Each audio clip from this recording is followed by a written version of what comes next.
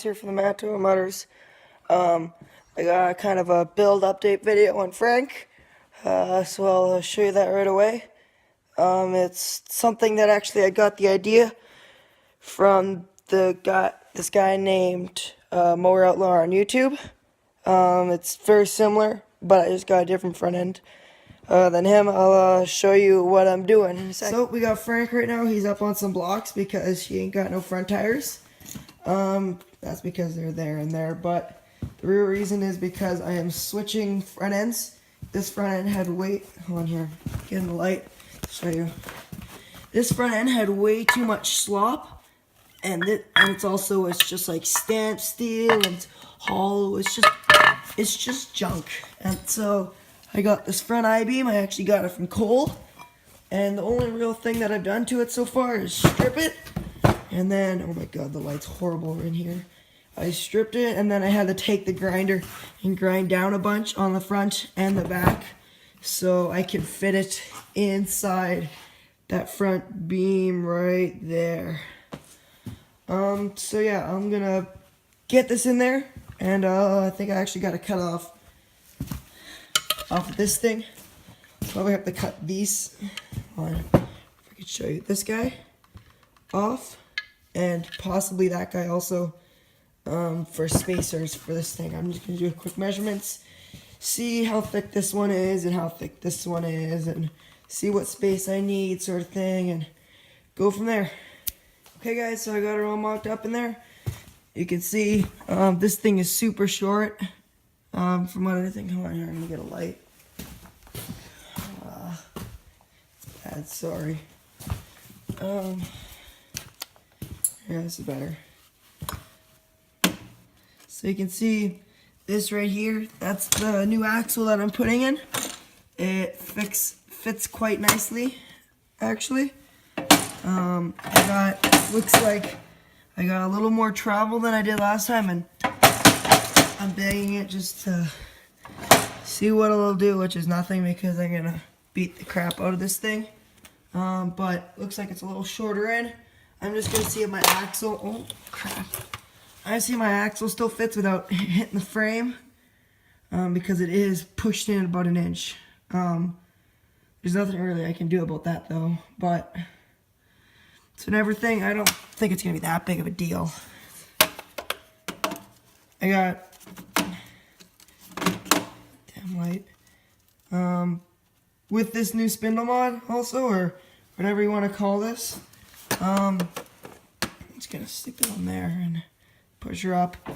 What it does is it actually gives me camber. These stick out, I think it's an extra 3 degrees or something. I don't know the exact amount, but I think that's what it was. I forget the amount. Somewhere around there. I probably will actually be leaving it orange. Before I was gonna paint it, but I think it kind of matches with my engine cover. And looks there's a couple orange things on this machine. The red wires and the stickers, and I don't know. I'll leave it orange and see how it looks. I can always pull it out and paint it later, hey? But I'm gonna just kind of mock it up, see if those will fit. I do still have to cut out the spacers though on this guy here. Still have to cut these off. I don't know.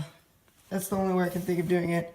Maybe just grinding the welds, and then this whole thing will pop out. It's like one big sleeve in there, as you see.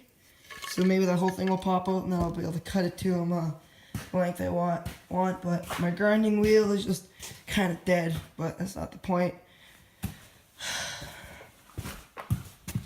Looks a little funny in there. You can barely see it, but it's going to look good, I think. I'm going to mock up one of these spindles and just kind of see how it fits. I'll show you back in a second. Hi guys, I'm back. I just cut spacers and got this thing. Oh jeez, where's the light? Sorry, this dang light not working. So you can see, right, if I can switch this so then it works. Blinding, sorry. There you go. Okay, so this axle now, before it had super play, now there's no play whatsoever. It's shaking the whole machine, and it's still goes up and down, and it's flashing the light on and off because it's really stiff. But yeah, it's super stiff. No movement. So really happy with that. Now this is an idea that I had a little while ago when I thought about doing this swap, and because what happens with these when you put these I-beams in the front of your lawn tractor that are not meant for it, basically you get that much space on the bottom of the axle. So what my plan was just put a spacer there like someone else did.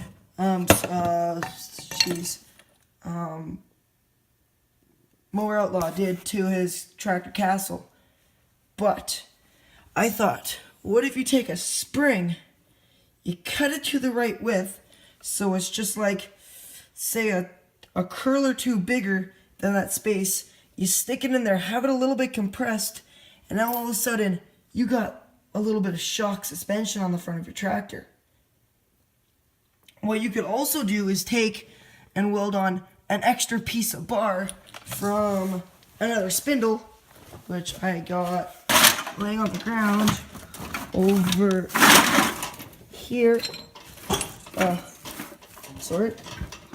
I got right here. If you weld that on, now all of a sudden you get 3 or more inches of lift, and you got so much shock, which you can put a hefty spring in there.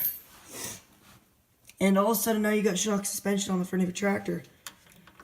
On this tractor, I'm not going to be welding on and doing all that junk, but I am going to get some spring that actually fits on this 3/4 inch axle and try and make some sort of shock suspension out of this, because that's the one thing I wish I had on this tractor, because when I come down from a wheelie, which I do often, it just bangs the front end of this thing. And actually, you can see on this side here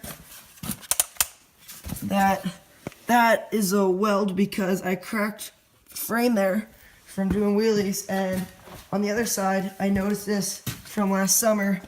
I got another crack right there, which is a pretty hefty one.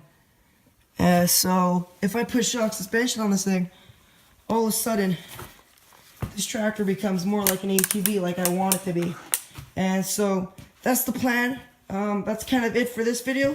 So this is part 1 of the front axle rebuild. Please like, share, subscribe, tell your friends, tell your buddies, tell all your guys.